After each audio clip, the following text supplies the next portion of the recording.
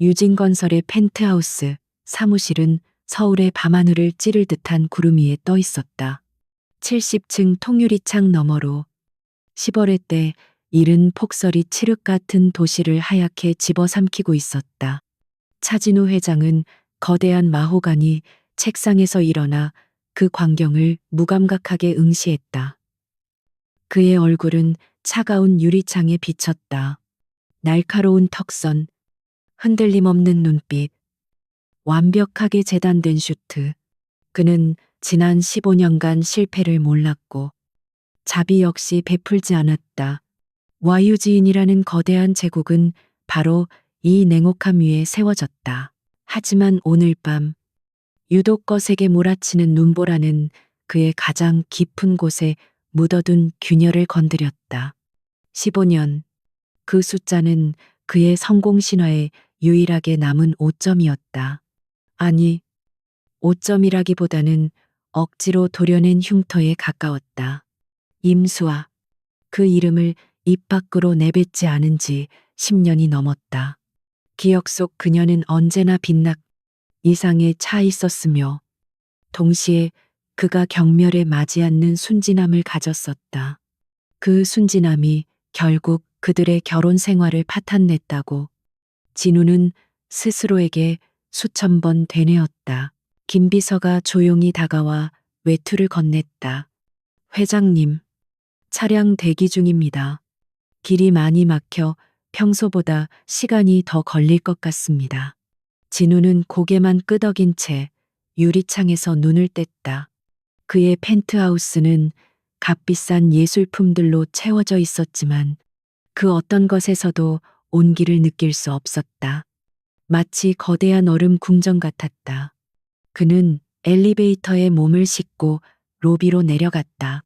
직원들은 90도로 허리를 숙였지만 누구도 감히 그의 눈을 마주치지 못했다.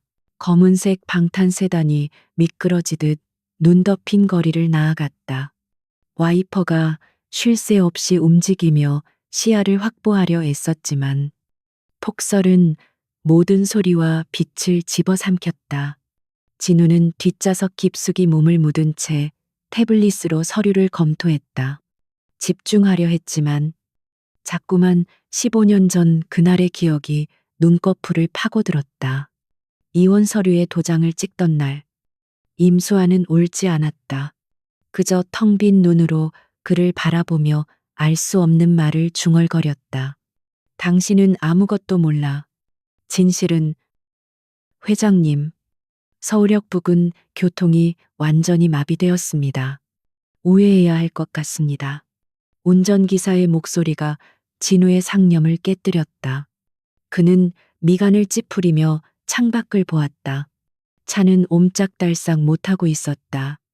서울역 광장 앞 거대한 고가도로 아래는 매서운 바람을 피하려는 노숙자들로 어수선했다. 진우는 짜증 섞인 한숨을 내쉬며 시선을 돌리려 했다. 바로 그때였다. 그의 시선이 인파 속 한 구석, 판지로 겨우 바람을 막고 있는 한 형체에 고정되었다. 그것은 사람이었다. 여자, 너무나 마르고 더러워서 성별조차 구분하기 힘든 넝마주의에 가까운 모습이었다. 하지만 그 여자가 고개를 드는 순간 진우는 숨이 멎는 듯했다. 얼어붙은 손으로 헝클어진 머리카락을 귀 뒤로 넘기는 그 찰나의 동작. 그토록 익숙했던 그러나 지금은 존재해서는 안 되는 그 모습. 진우의 심장이 얼음 송곳으로 찔린 듯 차갑게 조여들었다. 그는 자신도 모르게 중얼거렸다. 아니야. 그럴 리가 없어. 그는 기억 속의 임수아를 떠올렸다. 누구보다 깨끗하고 총명했으며 환경 건축에 대한 신념으로 반짝이던 여자. 15년 전 마지막으로 본 그녀는 절망에 차 있었지만 적어도 지금의 모습은 아니었다. 하지만 눈앞의 저 여자는 뼈만 앙상하게 남은 뺨, 모든 빛이 꺼져버린 공허한 눈동자, 그리고 입술을 파고든 깊은 상처. 시간과 절망이 한 인간을 얼마나 잔인하게 파괴할 수 있는지 보여주는 증거였다. 진우는 차문을 거칠게 열어젖혔다. 회장님 운전기사가 경악하며 불렀지만 그는 들리지 않았다. 수백만 원짜리 구두가 질척한 눈더미에 밝혔다. 살을 애는 바람이 그의 뺨을 때렸지만 그는 아무것도 느낄 수 없었다. 오직 저 앞에 웅크린 형체를 향해 홀린 듯 걸어갈 뿐이었다. 노숙자들 몇몇이 갑자기 나타난 이질적인 침입자를 경계하며 쳐다봤지만 그는 아랑곳하지 않았다. 그는 여자 앞에 멈춰 섰다. 그림자가 그녀를 덮자 여자는 화들짝 놀라며 고개를 들었다. 그리고 진우는 확인했다. 틀림없었다. 세월이 아무리 잔인하게 핥히었어도 저 눈의 형태, 저 코에서는 분명 임수아였다.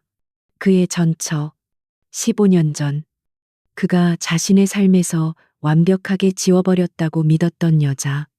그녀가 지금 서울 한복판에서 쓰레기 더미와 뒤엉켜 죽어가고 있었다. 수아야. 진우의 목소리가 심하게 떨려 나왔다. 임수아는 그를 알아보지 못했다. 그녀의 눈에 비친 것은 공포와 혼란뿐이었다. 거대하고 위협적인 낯선 남자. 그녀는 비명을 지르며 몸을 뒤로 뺐다. 오지 마. 저리가, 쉰 목소리가 눈보라 속에서 갈라졌다. 그 순간 진우의 머릿속에서 무언가가 끊어졌다. 분노, 죄책감, 그리고 형언할 수 없는 거대한 충격이 그의 가슴을 움켜쥐었다. 15년간 굳게 닫아두었던 감정의 수문이 터져버렸다. 그는 왜 그녀가 이렇게 되었는지 물을 수 없었다. 아니, 묻는 것이 두려웠다. 그가 알던 임수아는 자존심이 강한 여자였다. 그녀가 이런 밑바닥까지 떨어졌다는 것은 상상조차 할 수 없는 끔찍한 일이 그녀의 삶을 덮쳤다는 뜻이었다. 진우는 주먹을 세게 쥐었다. 손톱이 손바닥을 파고드는 고통이 느껴졌지만 가슴을 쥐어뜯는 고통에 비하면 아무것도 아니었다. 대체 무슨 일이 있었던 거야? 그는 더 이상 망설이지 않았다. 그녀가 겁에 질려 발버둥 치는 것을 무시하고 입고 있던 최고급 캐시미어 코트를 벗어 그녀의 앙상한 몸을 감쌌다. 가야 해. 여기서 이러고 있으면 얼어 죽어. 그는 그녀를 안아 올리려 했다. 수아는 필사적으로 저항했다. 실어 놓으란 말이야. 불이야 뜨거워. 그녀는 알아들을 수 없는 말을 내뱉으며 그의 가슴을 밀쳤다. 하지만 영양실조로 쇠약해진 그녀의 저항은 깃털처럼 가벼웠다. 진우는 그녀를 거의 끌다시피 차로 데려갔다. 운전기사는 사색이 되어 뒷문을 열었다. 진우는 수아를 뒷좌석에 밀어넣고 자신도 따라 탔다. 깨끗한 가죽 시트가 순식간에 오물과 악취로 더러워졌지만 그는 신경 쓰지 않았다. 수아는 차 구석에 몸을 웅크린 채 마치 덫에 걸린 짐승처럼 그를 노려보며 가늘게 신음했다. 가까운 곳 말고 평창동 내 개인 병원으로 가. 지금 당장. 진우가 얼음장 같은 목소리로 명령했다.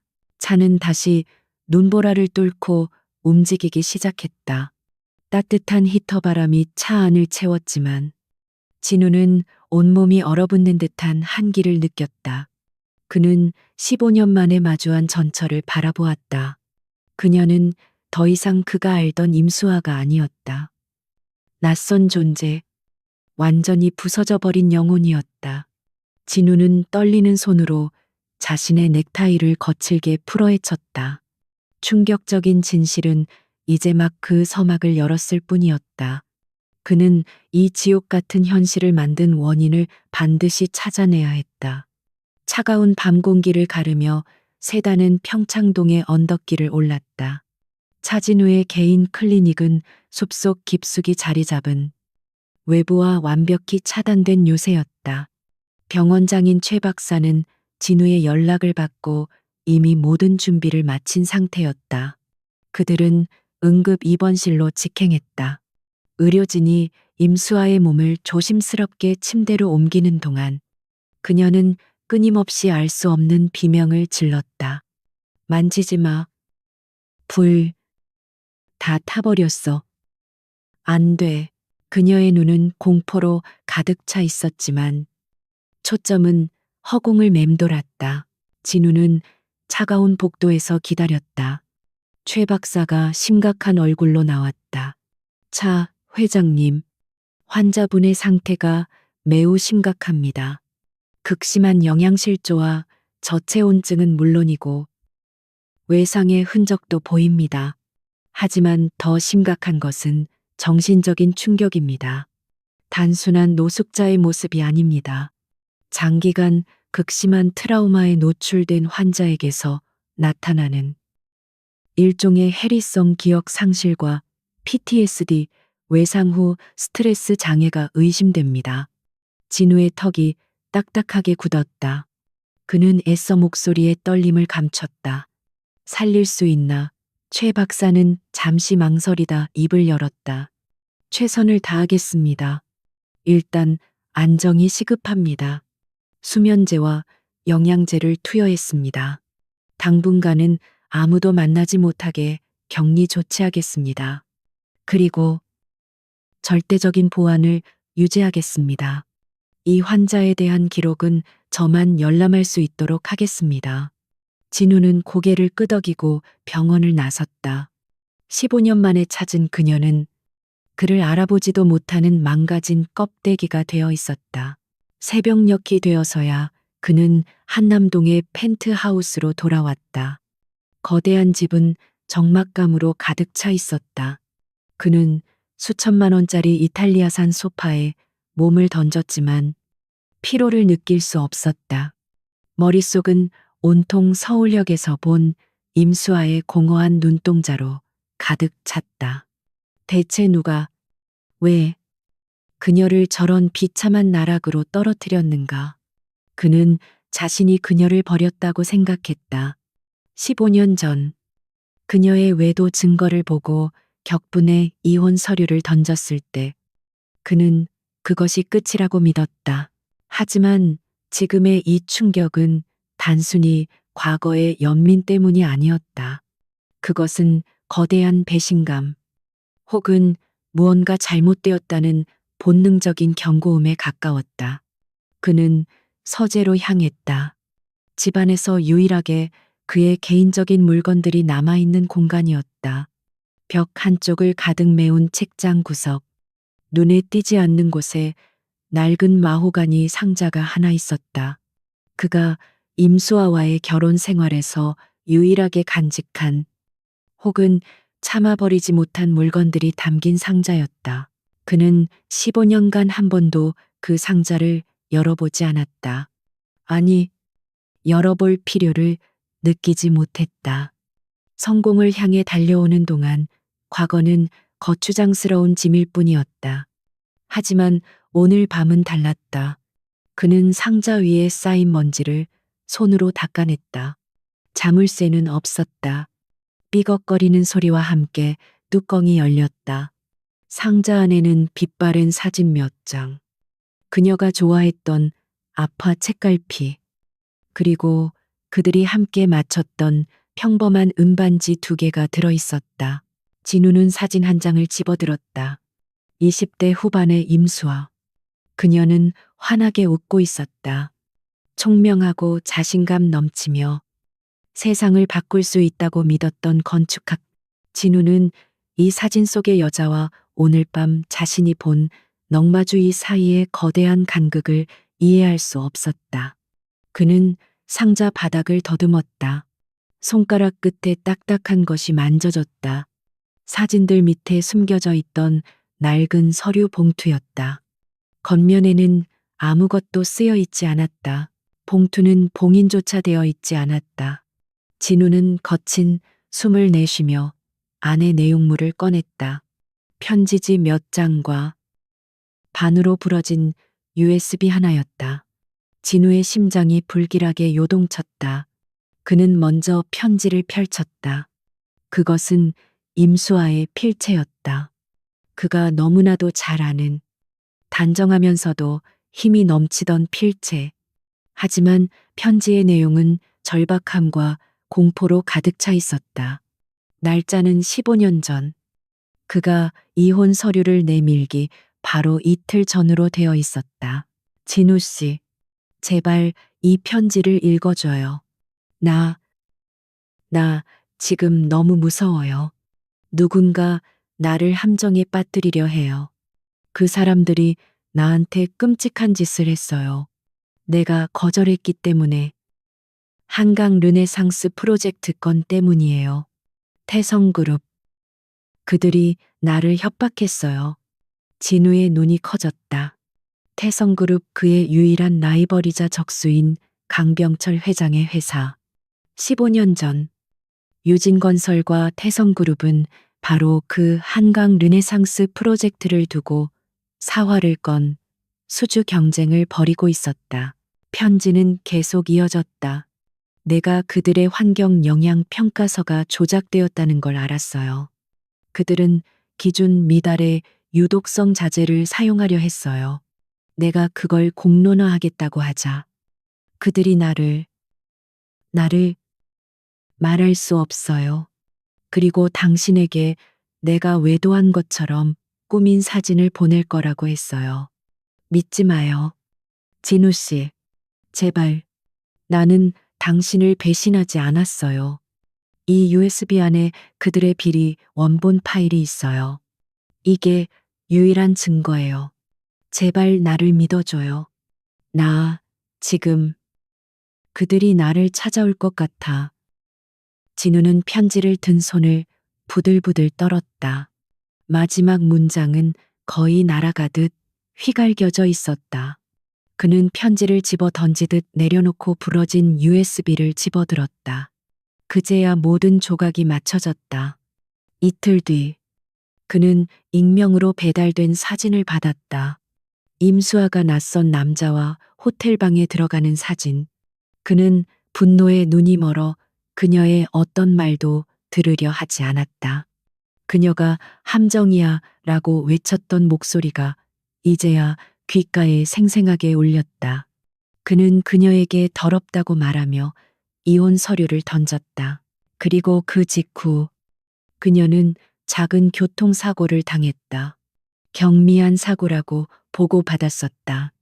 그녀는 병원에서 퇴원한 직후 흔적도 없이 사라졌다. 진우는 그녀가 자신을 배신한 대가로 위자료도 포기하고 야반도주했다고 생각했다.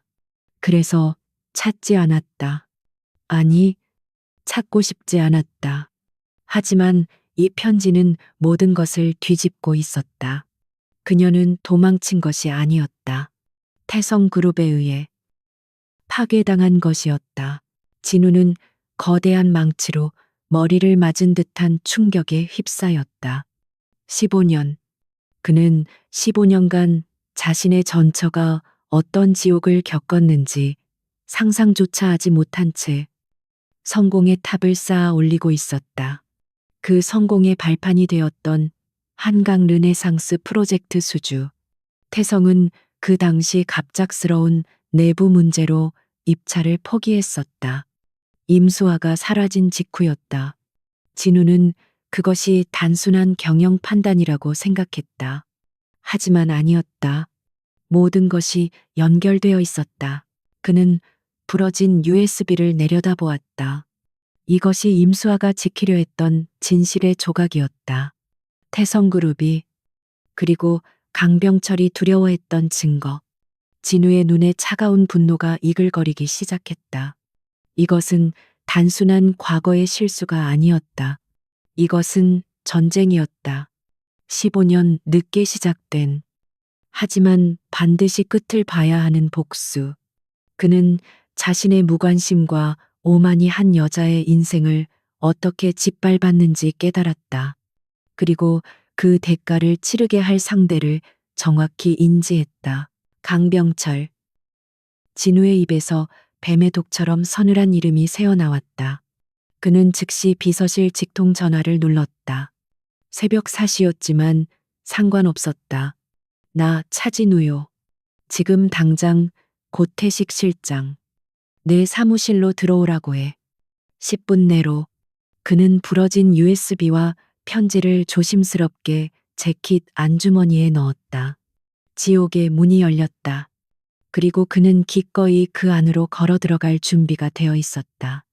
임수아를 위한, 그리고 15년에 잃어버린 진실을 위한 그의 싸움이 이제 막 시작되고 있었다.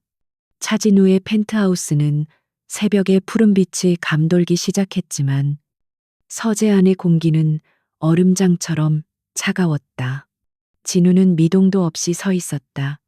그가 전화를 끊은 지 정확히 9분 40초가 지났을 때 현관에서 낮은 벨소리가 울렸다. 잠시 후 육중한 서재문이 소리 없이 열리고 한 남자가 들어섰다. 유진건설의 그 누구와도 닮지 않은 남자. 고태식 실장이었다.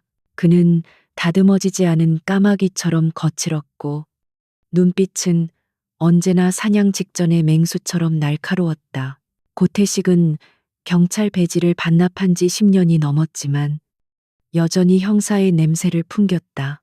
그는 차진우가 직접 스카우트한 유일한 인물이었고 유진의 공식적인 보안실장이었지만 실제로는 차진우 개인의 그림자 역할을 수행했다. 그는 회장의 성공 신화 뒤에 숨은 모든 어두운 문제들을 처리했다. 고태식은 굳은 얼굴에 진우를 바라보며 조용히 고개를 숙였다. 이 새벽에 이런 방식으로 호출된 것은 처음이었다. 무언가 거대한 일이 터졌다는 의미였다. 앉지. 진우가 낮은 목소리로 말했다. 그는 거대한 책상으로 걸어가 의자에 앉는 대신 책상 모서리에 기대어 섰다. 서재의 조명은 그의 얼굴에 짙은 그림자를 드리웠다. 고 실장, 자네가 유진에 온 지 8년 됐나? 고태식은 질문의 의도를 파악하려 했으며 간결하게 대답했다. 8년 3개월입니다. 회장님. 그는 차진우가 결코 사적인 대화를 나누거나 과거를 회상하는 법이 없는 사람임을 잘 알았다. 진우는 재킷 안주머니에서 편지와 부러진 USB가 담긴 비닐팩을 꺼내 책상 위에 던졌다. 15년 전 일이다. 고태식의 눈썹이 미세하게 꿈틀거렸다. 진우는 말을 이었다. 네, 전처. 임수아에 관한 일이야. 고태식의 표정이 처음으로 굳어졌다. 임수아. 그것은 유진건설 내부에서 금기어였다. 회장의 유일한 약점이자 실패의 기록. 그 누구도 감히 입에 올리지 못하는 이름이었다. 어젯밤 서울역에서 그녀를 찾았다. 노숙자들 사이에서. 진우의 목소리는 감정이 배제되어 있었지만 그 안에 담긴 냉기는 고태식의 등줄기를 서늘하게 만들었다. 상태는 최악이다. 정신이 완전히 무너졌어. 그는 편지를 툭 쳤다. 이건 그녀가 15년 전 이혼 직전에 나에게 쓰려 했던 편지다. 내가 받지 못했던 편지지. 그는 태블릿을 켜서 편지의 스캔본을 화면에 띄웠다. 고태식은 화면 속의 절박한 필체를 빠르게 읽어내려갔다. 한강 르네상스 프로젝트, 태성그룹, 조작된 환경 영향평가서, 유독성 자재, 함정, 외도 사진. 그의 얼굴이 급격하게 어두워졌다. 회장님, 이건. 그는 말을 잇지 못했다. 이것은 단순한 이혼 문제가 아니었다.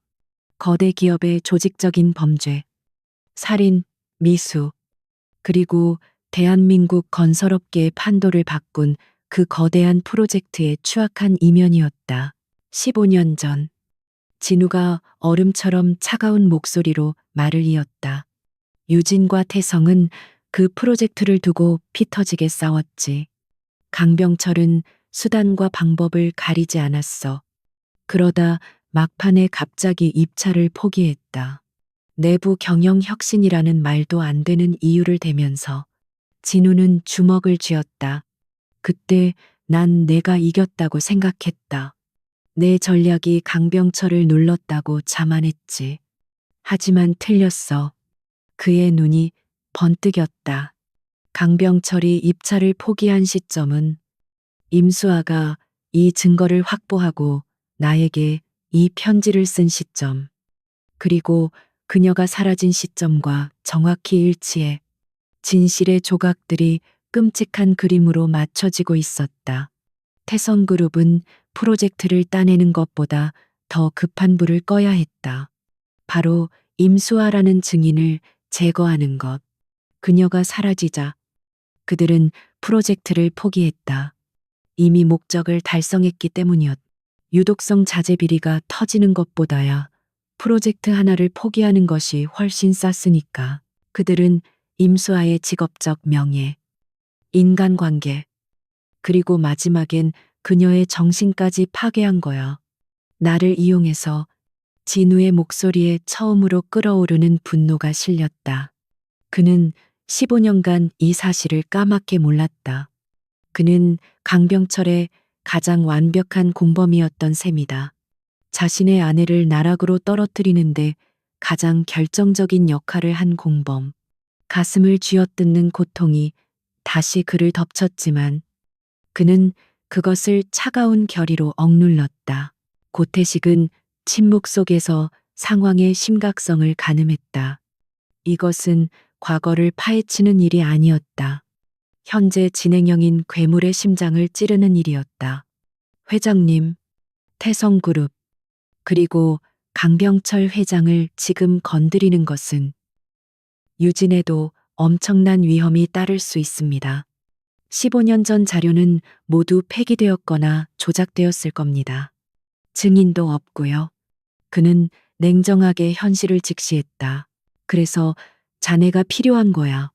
진우가 부러진 USB가 담긴 팩을 집어들었다. 이것부터 복원해. 15년 전 물건이지만 자네 팀이라면 가능할 거다.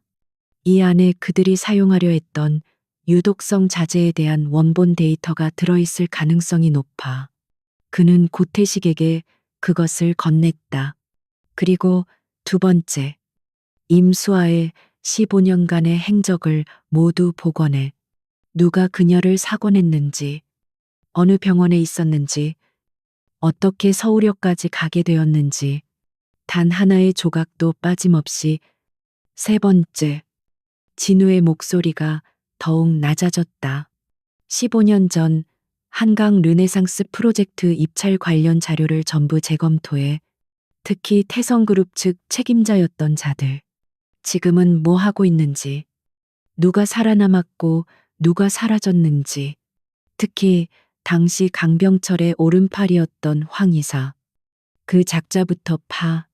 그는 서랍에서 새로운 보안 태블릿을 꺼내 고태식에게 건넸다. 이 일은 유진의 어떤 라인도 사용하지 마. 자네의 유령 팀만 움직여. 자금은 내 스위스 계좌에서 무제한으로 빼가도록 조치해뒀어. 고태식은 USB와 태블릿을 받아들었다. 이것은 그의 경력 중 가장 위험하고 거대한 임무였다. 강병철 회장은 보통 내기가 아닙니다. 그가 15년간 숨겨온 비밀입니다. 이걸 파헤치려 한다는 걸 알게 되면 그는 무슨 짓이든 할 겁니다. 고태식은 경고가 아니라 사실을 말했다. 차진우는 희미하게 웃었다.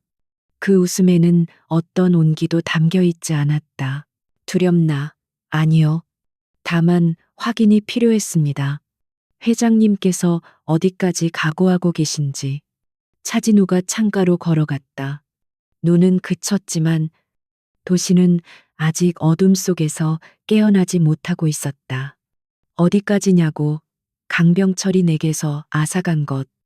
그 이상을 돌려줄 생각이다. 그가 15년간 쌓아 올린 모든 것을 잿더미로 만들어서라도 임수아를 이렇게 만든 대가를 치르게 할 거야. 진우는 창문에 비친 자신의 모습을 보았다. 성공한 기업가의 냉철한 얼굴. 하지만 그 속에는 15년 묵은 죄책감과 불타는 복수심으로 일그러진 야수가 숨어 있었다. 고 실장, 이건 단순한 조사가 아니야. 전쟁이야. 15년 늦게 시작된 전쟁. 고태식은 더 이상 질문하지 않았다. 그는 말없이 일어나 고개를 숙였다. 명심하겠습니다. 즉시 시작하겠습니다. 고태식이 유령처럼 사라지고 진우는 홀로 남았다. 그는 책상으로 돌아와 임수아가 쓴 편지를 다시 집어들었다. 제발 나를 믿어줘요. 그녀의 마지막 절규가 그의 심장을 찔렀다. 그는 15년 동안 그녀를 믿지 않았다. 그 대가로 그녀는 모든 것을 잃었다. 이제 그가 그녀의 진실을 되찾아올 차례였다.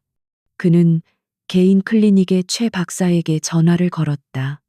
임수아 씨 상태는 안정제 덕분에 잠들어 있습니다. 하지만 악몽을 꾸는 듯합니다. 계속 불이야라는 말을 중얼거립니다. 최 박사의 목소리는 조심스러웠다. 불.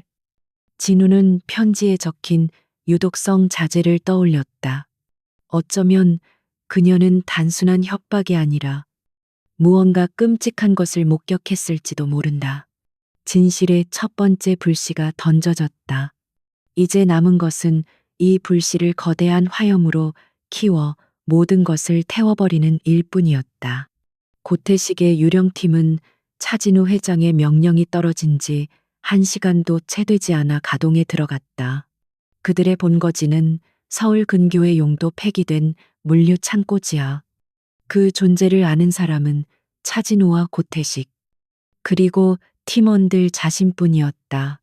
이곳은 유진건설의 공식 네트워크와는 완전히 분리된 독립 서버를 사용했으며 전력 또한 비상 발전 시스템으로 운영되고 있었다. 최고의 데이터 복구 전문가가 부러진 USB를 특수 스캐너 위에 올려놓았다. 15년의 세월과 고의적인 파손.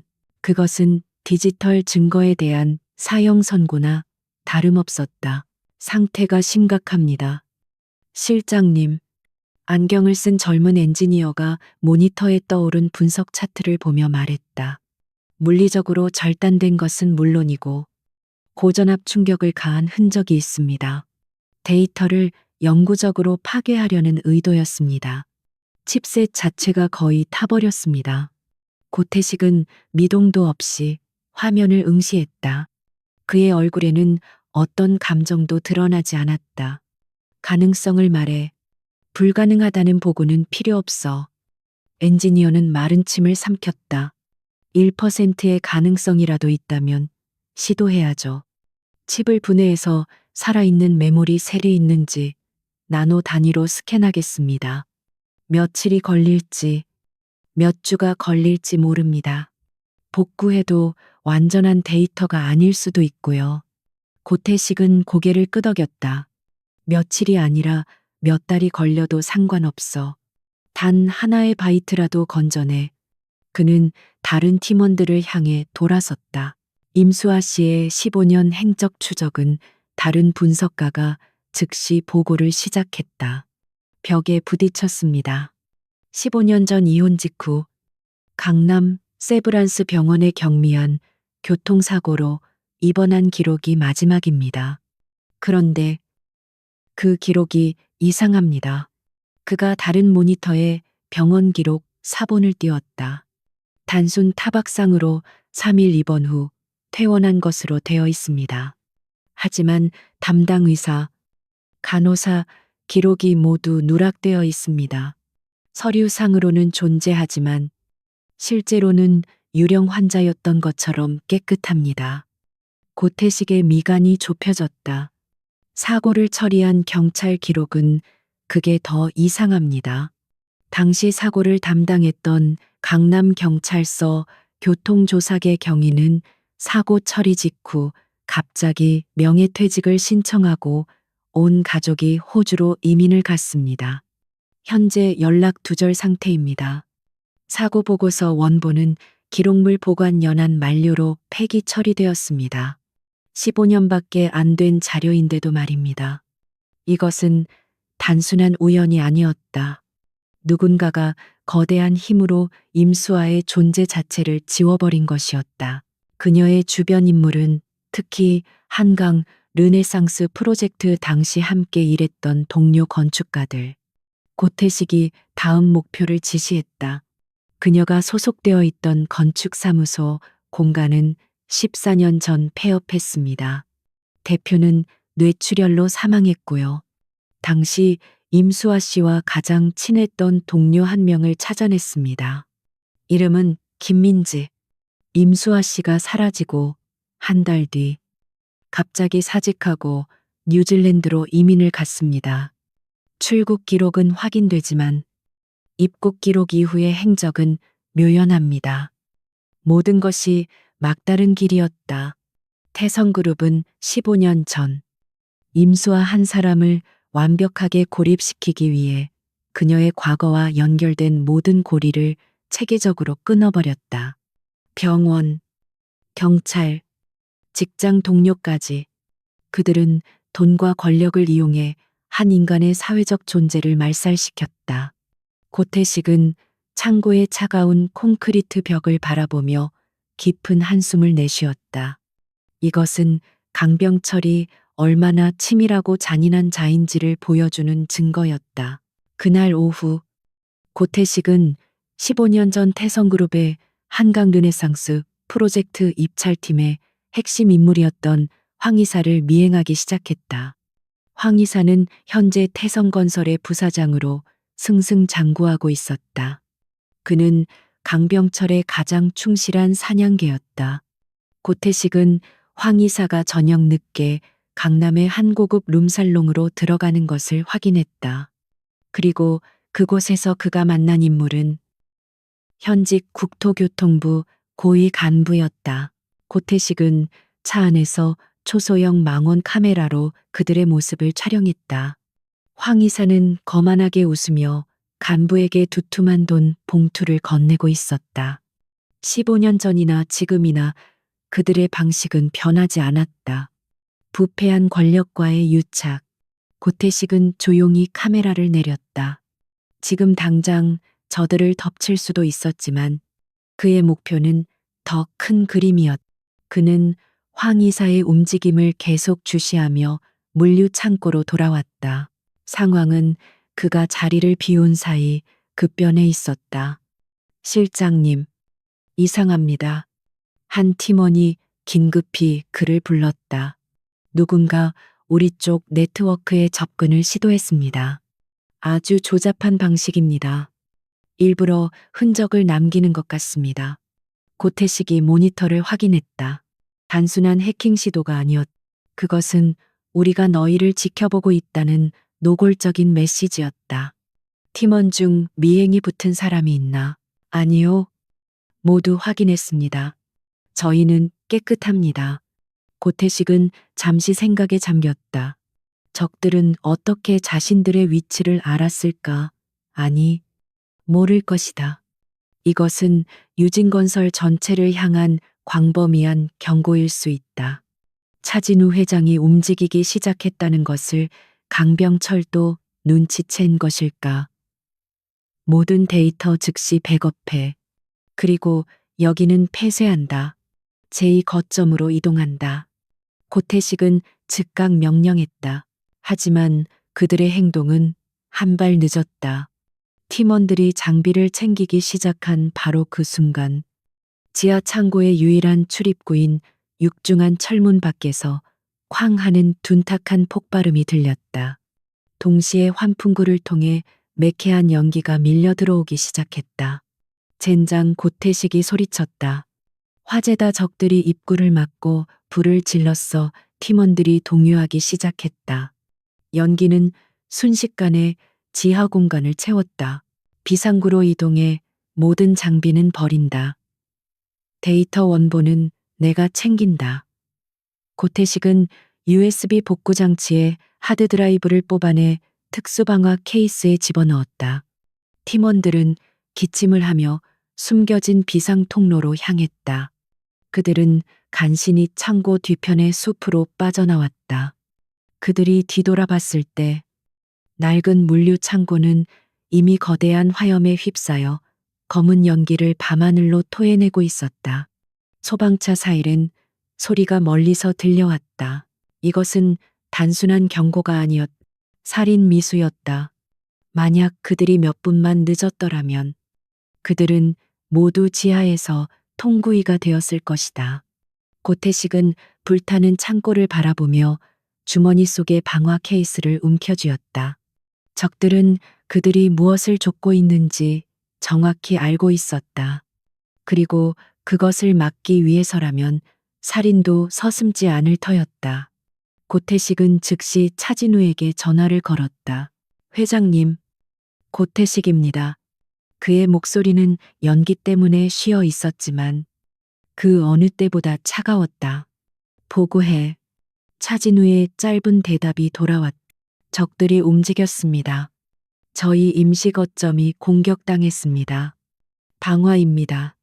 인명 피해는 없습니다만 이것은 강병철의 명백한 선전포고입니다. 전화기 너머로 긴 침묵이 흘렀다. 진우는 아무 말도 하지 않았지만 고태식은 그의 끓어오르는 분노를 느낄 수 있었다. 알았다. 잠시 후 진우의 목소리가 들렸다. 팀원들 안전 확보하고 제2 거점으로 즉시 이동해. 그리고 고 실장. 예. 회장님. 이제부터 규칙은 없다. 전화가 끊겼다. 태성의 그림자가 마침내 그들의 발밑까지 드리워졌다. 강병철은 15년 전의 진실을 덮기 위해 또다시 불을 질렀다. 하지만 그는 몰랐다. 그 불이 차진우라는 거대한 화약고에 불을 붙였다는 것을. 전쟁은 이제 피할 수 없었다. 차진우가 머무는 평창동 개인 클리닉의 VIP 병실은 세상의 모든 소음으로부터 차단되어 있었다. 하지만 그 고요함 속에서 임수아는 자신만의 지옥에 갇혀 있었다. 그녀는 며칠간의 집중 치료로 앙상했던 뺨에 조금씩 혈색이 돌기 시작했다. 더러운 넝마 대신 깨끗한 환자복을 입었고 영양제가 그녀의 생명을 붙들고 있었다.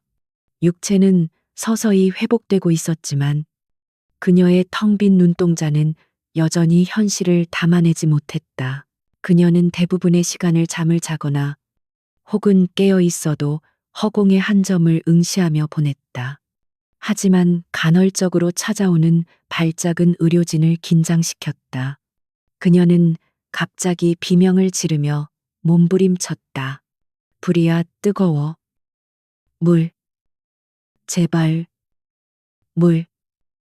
그녀가 반복하는 단어는 오직 그 두 가지였다. 불과 물. 최 박사는 진정제를 투여하며 고개를 저었다. 단순한 악몽이 아닙니다.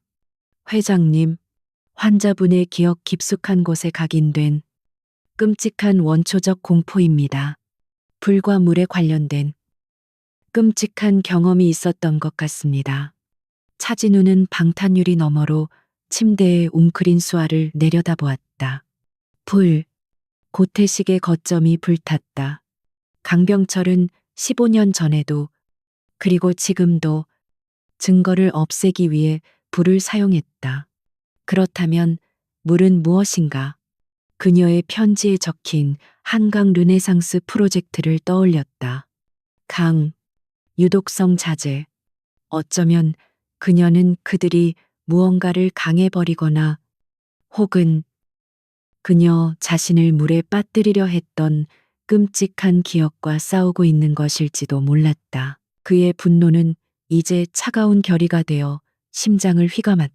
고태식의 거점이 공격당했다는 것은 강병철이 15년 전에 망령이 깨어났음을 감지했다는 뜻이었다. 그들은 이미 전쟁 태세에 돌입했다. 부러진 USB 복원에는 시간이 걸릴 터였다. 진우는 더 이상 기다릴 수 없었다. 적들이 다시 수아를 해치려 하거나 혹은 남은 증거들을 마저 불태우기 전에 그는 이 지독한 침묵을 깰 다른 돌파구가 필요했다. 고 실장. 진우가 제2 거점으로 연결된 보안 전화를 걸었다. USB 복원은 계속해. 하지만 지금 당장 15년 전 임수아의 교통사고, 그 운전자를 찾아내. 고태식의 목소리는 연기 때문에 여전히 거칠었지만 흔들림은 없었다. 이미 추적 중입니다. 당시 기록은 모두 파기되었지만 그들이 놓친 것이 하나 있습니다. 화면에 15년 전의 흐릿한 은행 CCTV 화면이 떴다.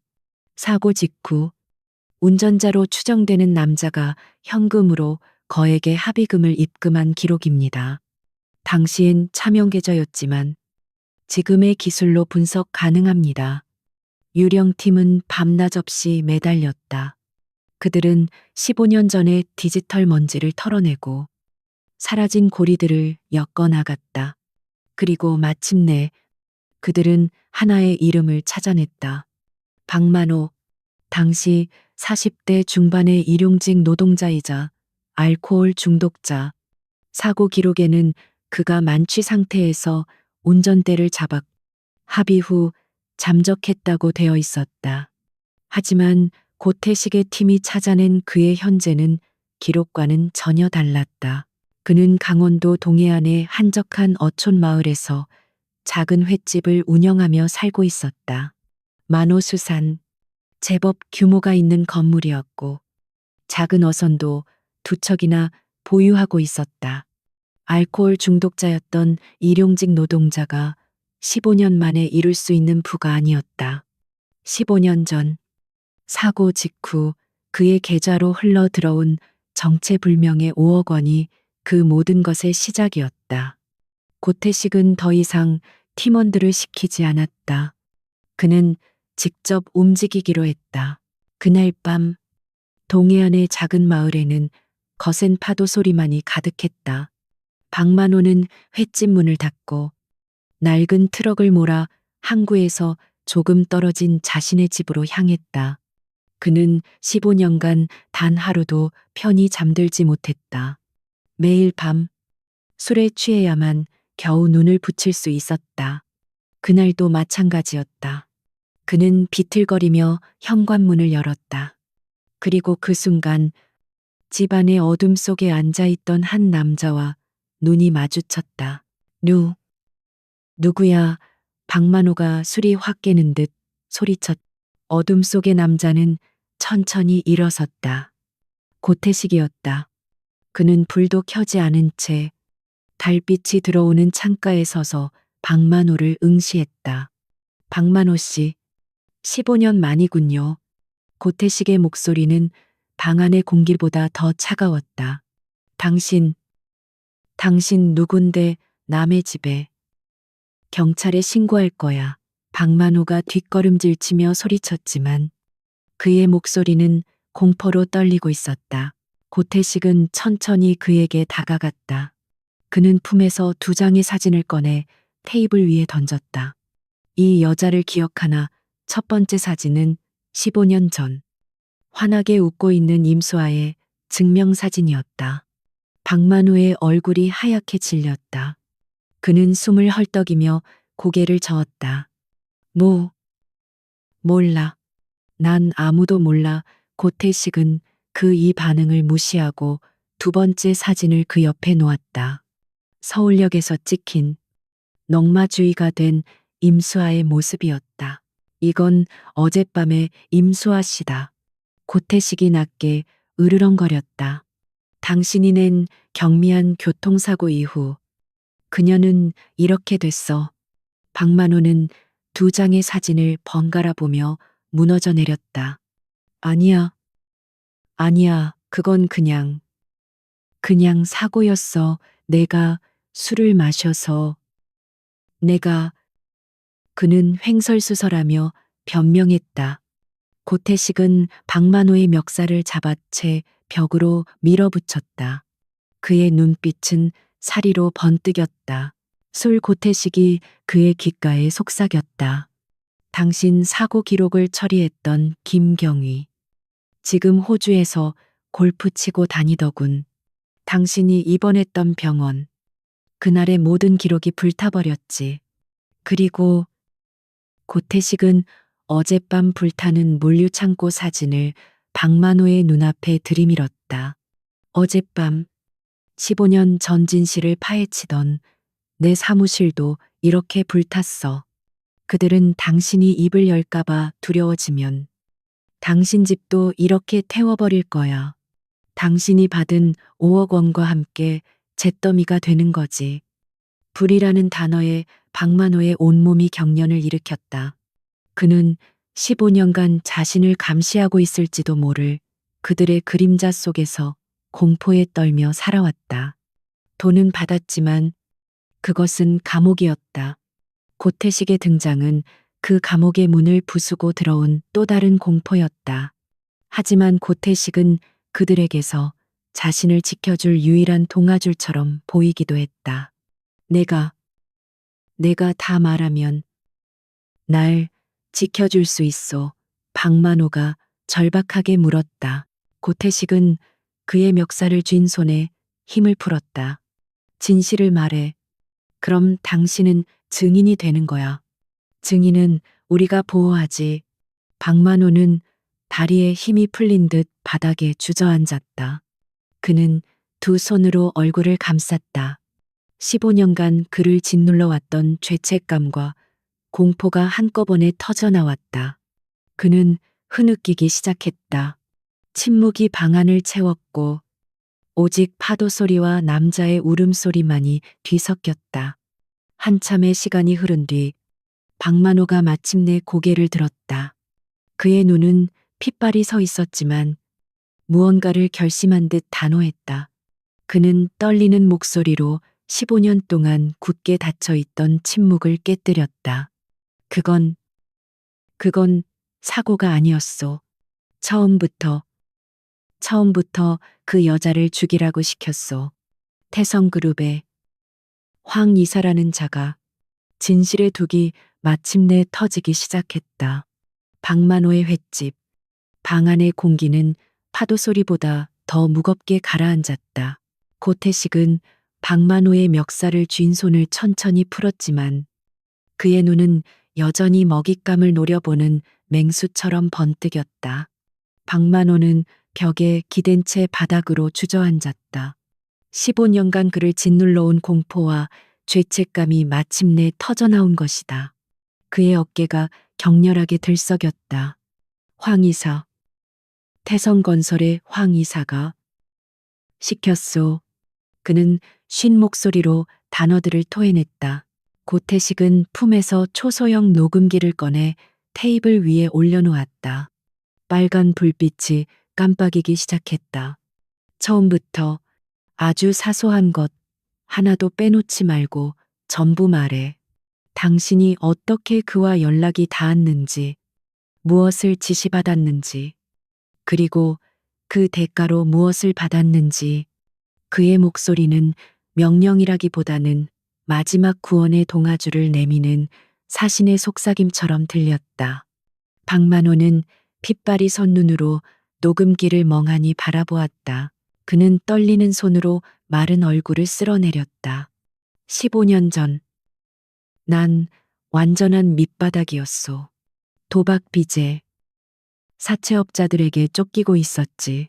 매일 술에 절어 살았고 죽는 것 말고는 답이 없다고 생각했소. 그의 목소리가 과거의 절망을 회상하며 흔들렸다. 그때 한 남자가 찾아왔소. 자신을 황이사라고 소개했지. 단정하게 차려입었지만 눈빛은 칼날 같았소. 그는 내 모든 빚을 알고 있었어. 그리고 내게 제안을 했. 박만호는 숨을 크게 들이마셨다. 5억 원. 내 모든 빚을 갚고도 남는 돈이었어. 그냥 작은 사고 한 번만 내주면 된다고 했소. 고태식의 눈썹이 꿈틀거렸다. 작은 사고. 박만호는 고개를 세차게 저었다. 아니, 처음엔 그렇게 말했소. 술 취한 척하고 운전 실수인 것처럼 여자 하나만 겁주면 된다고 했소. 병원에 며칠 입원할 정도로만 절대 죽이지는 말라고 그렇게 말했단 말이오. 그는 마치 자신의 죄를 변명하듯 소리쳤다. 황 이사는 나에게 그 여자의 사진과 차 번호, 그리고 그녀가 매일 다니는 길을 알려줬소. 그 여자가 바로 사진 속의 그 여자, 임수아였소. 고태식은 차갑게 물었다. 그래서 당신은 술을 마시고 운전대를 잡았나? 박만호는 고개를 숙였다. 아니, 술은 마시지 않았소. 맨정신이어야 실수가 없다고. 그들이 시켰소. 사고 직후에 마실 술까지 차에 챙겨주더군. 그날의 기억이 떠오르는 듯 박만호의 몸이 다시 떨리기 시작했다. 그날 비가 조금 내렸소. 난 그녀의 건축사무소 근처 골목에서 기다렸지. 그녀가 작은 차를 몰고 나오는 게 보였소. 심장이 터질 것 같았지만 5억 원 생각에 눈 딱 감고 트럭 엑셀을 밟았소. 그녀의 차 옆구리를 그대로 들이받았지. 쇠가 찢어지는 굉음, 유리가 박살나는 소리가 그의 귓가에 다시 울리는 듯했다. 차는 완전히 찌그러졌소. 난 그녀가 죽었다고 생각했소. 피가 보였어. 그는 공포에 질려 눈을 감았다. 내가 차에서 내리기도 전에 검은색 세단 2대가 나타났소. 황 이사의 부하들이었지. 그들은 나를 트럭에서 끌어내리곤 준비해둔 양주병을 내 입에 쏟아부었소. 그리고 경찰에 신고했지. 모든 것이 그들이 짜놓은 각본대로였소. 경찰이 왔고 난 만취 운전자로 체포됐소. 하지만 모든 것이 일사천리였지. 김경이라는 자가 와서 조용히 처리해 주었소. 병원에 실려간 그 여자는 경미한 타박상이라고 보고서가 올라갔다고 했소. 난 구치소에서 며칠 있지도 않고 풀려났지. 그리고 내 통장에 5억 원이 들어왔소. 황 이사는 나에게 이어촌 마을 횟집을 차려주며 여기서 쥐 죽은 듯 살라고 했소. 입을 열면 그날 사고로 죽은 건 그 여자가 아니라 내가 될 거라고. 고태식은 차가운 침묵 속에서 그의 말을 모두 들었다. 모든 조각이 완벽하게 들어맞았다. 경찰 매수, 병원 기록 조작, 증인 은닉, 태성그룹은 15년 전 완벽한 범죄를 저질렀다. 이유가 뭐였나? 고태식이 핵심을 찔렀다. 단순히 겁을 주려던 게 아니었어.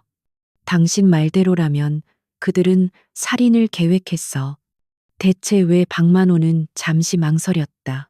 그의 눈동자가 두려움으로 흔들렸다. 그 여자가 무언가를 알고 있었소. 박만호가 목소리를 낮췄다. 황 이사가 술에 취해 슬쩍 말한 적이 있소. 그 여자가 한강 르네상스 프로젝트에 발목을 잡고 있다고. 무슨 환경 영향평가서 그런 거였소. 태성이 쓰는 자재에 독이 들었다고 그 여자가 떠들고 다닌다고. 그래서 회장님 강병철이 엄청나게 화가 났다고 했소. 고태식의 심장이 차갑게 뛰었다. 임수아의 편지 내용과 정확히 일치했다. 유독성 자재, 조작된 보고서, 박만호가 고개를 끄덕였다. 맞소 그거요. 황 이사는 그 여자가 돈을 줘도 받지 않는 고집불통의 이상주의자인 미친년이라고 욕했소. 자기들 앞길을 막는 돌멩이는 치워버려야 한다고. 그는 15년 전 황 이사가 내뱉었던 사리를 생생하게 기억해냈다. 고태식은 녹음기를 껐다. 필요한 것은 모두 얻었다. 박만호는 이제 태성그룹의 살인교사 혐의를 입증할 유일한 그리고 가장 결정적인 증인이었다. 일어나. 고태식이 차갑게 명령했다. 박만호는 겁에 질린 눈으로 그를 올려다보았다. 어디로 가는 거요? 날 어떻게 하려고? 고태식은 그의 팔을 거칠게 잡아 일으켰다. 당신은 이제부터 차진우 회장의 증인이다. 고태식이 말했다. 태성은 당신이 입을 열었다는 걸 알게 되면, 아니, 내가 당신을 만났다는 것만 알아도 당신을 죽이려 들 거다. 어젯밤 내 사무실을 불태운 것처럼 박만호는 불이라는 말에 다시 한번 경기를 일으켰다. 그는 이제 고태식에게 전적으로 의지할 수밖에 없었다. 고태식은 박만호를 데리고 횟집 뒷문으로 빠져나왔다. 밤바다는 여전히 거칠게 포효하고 있었다. 그는 박만호를 자신의 차 뒷좌석에 밀어넣고 즉시 차진우에게 전화를 걸었다. 회장님, 고태식입니다. 말해. 박만호. 확보했습니다. 전부 자백했습니다. 고태식은 박만호의 진술 내용을 한마디도 빼놓지 않고 정확하게 전달했다.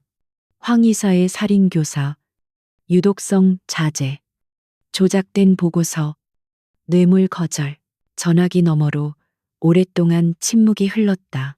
그 침묵은 분노로 응축된 화산의 고요함과 같았다. 고태식은 차진우가 숨을 고르는 소리를 들었다. 알았다. 마침내 진우의 목소리가 들려왔다. 그 목소리는 감정이 완전히 배제되어 있었지만 그 어떤 비명보다 더 무서운 결의를 담고 있었다. 그 증인, 최 박사의 클리닉으로 데려와. 내 눈앞에. 지금 당장. 알겠습니다. 고태식이 전화를 끊었다. 그는 백미러로 뒷좌석에서 공포에 떨고 있는 박만호를 흘끗 꽉 잡아. 지금부터는 태성의 사냥개들보다 빨리 달려야 하니까.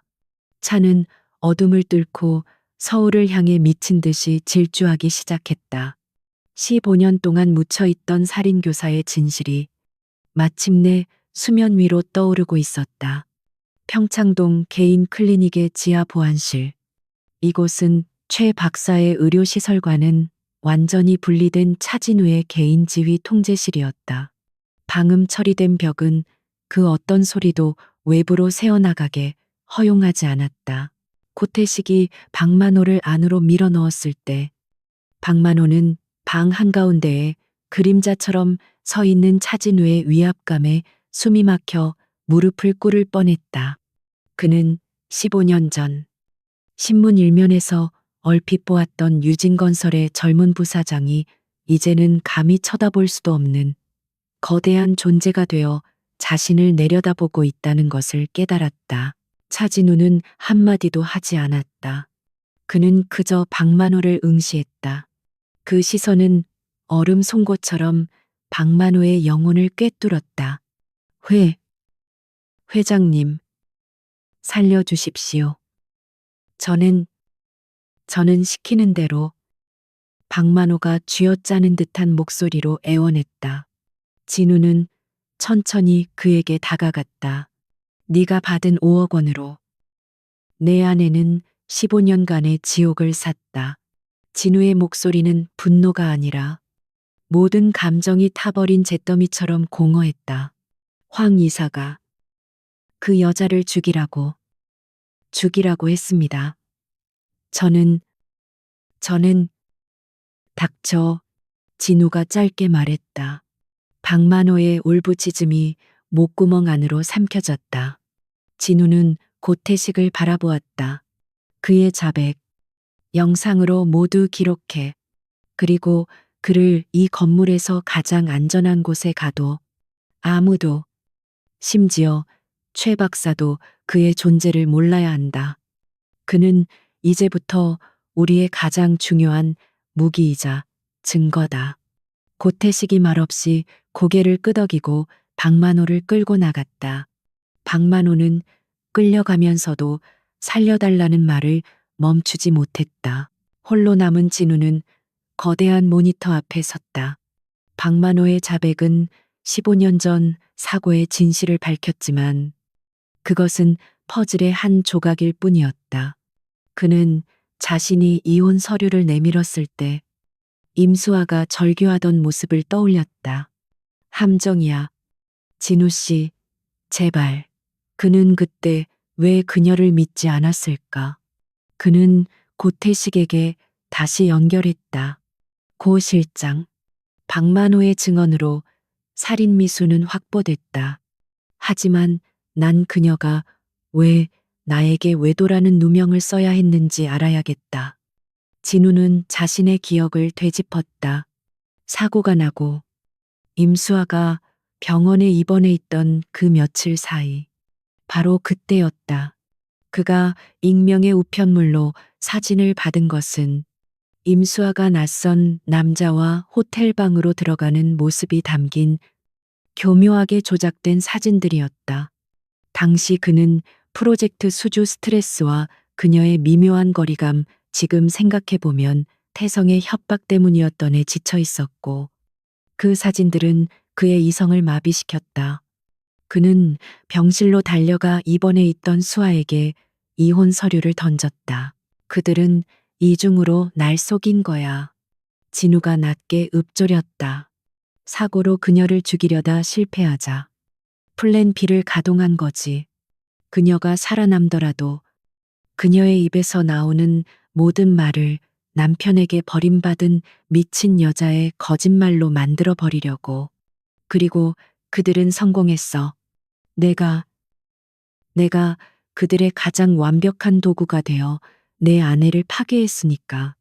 죄책감이 다시 그의 심장을 찔렀지만 그는 눈을 감았다. 지금은 슬퍼할 때가 아니었다. 고 실장. 15년 전 나에게 배달된 그 우편물. 그 사진을 찍은 놈들을 찾아내. 박만호라는 연결고리를 이용해 황 이사가 그 일에도 관여했을 거다. 돈을 받은 놈이 분명히 있어. 진우의 지시는 명확했다. 살인 미수와 별개로 명예살인의 증거도 필요했다. 바로 그때 지하 2층의 데이터 복구실에서 긴급 호출이 왔다. 고태식의 유령팀 소속 엔지니어였다. 회장님 부러진 USB에서 데이터를 일부 복원했습니다. 진우는 즉시 복구실로 향했다. 엔지니어의 얼굴은 피로에 젖어 있었지만 눈은 흥분으로 빛나고 있었다. 완벽한 보고서는 아닙니다. 대부분의 파일이 손상되었습니다. 하지만 지워지지 않은 조각들을 조합해냈습니다. 모니터에 깨진 텍스트 파일과 표들이 떠올랐다. 그곳에는 TX11이라는 생소한 화학물질 코드명과 함께 수입 송장 번호, 그리고 수량과 단가가 적혀 있었다. TX11. 이게 뭡니까? 진우가 물었다. 즉시 검색했습니다. 현재 유럽과 미국에서는 1급 발암물질 및 환경 호르몬 유출 문제로 사용이 전면 금지된 값싼 산업용 내화날호 콘크리트 첨가제입니다. 특히 물과 만났을 때 치명적인 독성을 방출합니다. 엔지니어의 설명에 진우는 숨이 멎는 듯했다. 유독성 자재, 물, 그리고 병실에서 수아가 내뱉던 단어, 물이, 독, 강의. 그는 다시 모니터를 응시했다. 그리고 그는 가장 결정적인 단서를 발견했다. 그 송장의 도착지. 그것은 한강 르네상스 프로젝트 현장이 아니었다. 태성그룹이 그 당시 동시에 진행하고 있던 또 다른 거대 토목 공사 현장. 해안대교 건설 현장으로 되어 있었다. 서울과 서해안을 잇는 대한민국에서 가장 긴 다리 중 하나였다. 진우는 온몸에 소름이 돋았다. 모든 것이 명확해졌다. 강병철은 임수아가 한강 르네상스 프로젝트의 비리를 알아채자 그녀를 제거하려 했다. 그녀가 사고로 사라진 혹은 파괴된 후 그는 위험 부담이 큰 한강 프로젝트는 포기했다. 하지만 이미 수입한 수천 톤의 유독성 자재 TX11은 그는 그것을 폐기하지 않았다. 대신 아무도 의심하지 않던 또 다른 현장, 해안대교의 교각 심장부에 그것을 쏟아부어 버린 것이다. 그는 자신의 범죄를 거대한 콘크리트 무덤 속에 영원히 묻어버렸다고 생각했다. 임수아는 그 모든 것을 알고 있었던 것이다. 그녀가 불이라고 외쳤던 것은 어쩌면 그 자재의 내와 성능 테스트를 목격했거나 혹은 그들의 증거인멸 방식을 뜻하는 것이었을지도 모른다. 그리고 물은 그 자재가 강물과 바닷물에 닿았을 때 벌어질 끔찍한 재앙을 경고하는 것이었다. 15년간 아무도 몰랐다. 지금 이 순간에도 수백만 대의 차가 그 독극물 위를 달리고 있었다. 이거다. 진우가 주먹을 움켜쥐었다. 박만호의 증언은 과거의 살인미수였다. 하지만 이것은 현재 진행형인 대한민국 전체를 뒤흔들 재앙의 증거였다. 고 실장 진우가 통제실로 돌아와 소리쳤다. 작전 변경이다. 지금부터 우리의 목표는 해안대교다. 고태식의 얼굴이 굳어졌다. 회장님, 해안대교는 국가기관 시설입니다. 태성이 건설했지만 지금은 정부가 관리합니다. 접근 자체가 불가능합니다. 그래서 유령이 필요한 거다. 진호의 눈이 차갑게 빛났다. 우리는 그 다리에서 TX11의 증거를 채취해야 한다. 물리적인 증거. 강병철이 빼도 박도 못할 결정적인 증거. 그는 즉시 계획을 수립하기 시작했다. 이것은 단순한 미행이나 해킹과는 차원이 다른 일이었다. 군사 작전에 가까웠다. 자네 팀의 엔지니어링 전문가와 내가 아는 가장 유능한 민간 구조 분석팀을 비밀리에 소집해 진우는 자신의 막대한 자금력을 동원하기 시작했다. 우리는 국토교통부 안전진단 특별위원회로 위장한다. 완벽한 가짜 신분증, 가짜 공문, 심지어 가짜 웹사이트까지 만들어 심야 시간을 노린다. 교량 통제소와 CCTV를 마비시킬 전파, 교란 장비가 필요해. 고태식은 진우의 대담함에 혀를 내둘렀지만 그의 눈빛은 이미 사냥감의 목을 물 준비를 마친 늑대처럼 빛나고 있었다. 위험 부담이 너무 큽니다. 만약 발각되면 유진건설은 끝이다. 진우가 그의 말을 잘랐다. 하지만 성공하면 강병철은 끝난다. 아니, 그 이상이야. 이건 15년 전의 복수만이 아니야. 지금 이 순간에도 다리를 건너는 수많은 사람들의 목숨을 구하는 일이다. 임수아가 15년 전에 하려 했던 일이지. 그는 모니터에 떠 있는 해안대교의 야경 사진을 노려보았다. 저 거대한 구조물은 이제 강병철의 탐욕을 상징하는 거대한 묘비가 될 터였다. 그날 밤 자정, 검은색 벤 세대가 서울을 빠져나갔다. 차량에는 대한민국 구조안전연구소라는 그럴듯한 로고가 붙어 있었다. 안에는 고태식을 비롯한 최고의 전문가들과 교각의 콘크리트 코어를 채취할 수 있는 특수 드릴링 장비가 실려 있었다. 그들은 15년 동안 어둠 속에 묻혀 있던 진실을 파내기 위해 대한민국에서 가장 위험한 심장부로 향하고 있었다. 해안대교는 거대한 강철용처럼 어둠 속에서 서해의 바닷바람을 막고 있었다. 시간은 새벽 2시. 다리 위는 정적이 감돌았고 가끔씩 화물차가 굉음을 내며 지나갈 뿐이었다. 대한민국 구조안전연구소라고 위장한 세대의 검은색 밴이 교각 중 하나인 P14 기둥 하부의 점검용 통로 입구에 멈춰 섰다. 차진우는 이 작전을 위해 비상안전 점검을 이유로 오늘 새벽 2시부터 4시까지 P14 구역의 일개 차선을 합법적으로 통제했다. 하지만 그들의 진짜 목적은 점검이 아니었다. 고태식과 그의 정예, 유령팀이 신속하게 움직였다. 그들은 군사작전을 수행하듯 일사불란했다. 전파 교란 장치 가동, 300m 반경 내 모든 CCTV 및 통신망 차단, 휴대용 음파 탐지기 설치, 교각 내부 구조 스캔, 시작. TX, 10일 예상 매립 지점과 USB 데이터 대조. 전문가들은 특수 제작된 헬멧의 조명에 의지해 거대한 콘크리트 기둥의 표면을 훑었다. 차진우는 클리닉 지하 통제실에서 이 모든 상황을 실시간 영상으로 지켜보고 있었다. 여기다.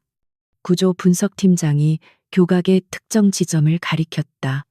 USB에서 복구된 조각난 설계도와 음파 탐지기 데이터가 일치하는 지점이었다.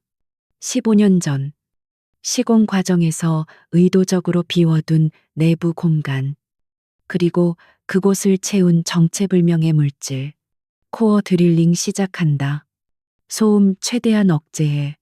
특수 제작된 다이아몬드 드릴이 굉음을 내는 대신 고주파의 마찰음을 내며 거대한 콘크리트 벽을 뚫기 시작했다. 팀원들의 이마에 땀이 흘러내렸다. 작전이 절반쯤 진행되었을 때였다. 실장님 5시 방향. 순찰차 접근 감시팀의 다급한 목소리가 무전기를 뚫고 나왔다. 전파 교란 장치의 범위를 벗어난 곳에서 고속도로 순찰차가 그들의 차선 통제 구역으로 천천히 접근하고 있었다. 심야 작업 현장을 확인하려는 일상적인 순찰이었다.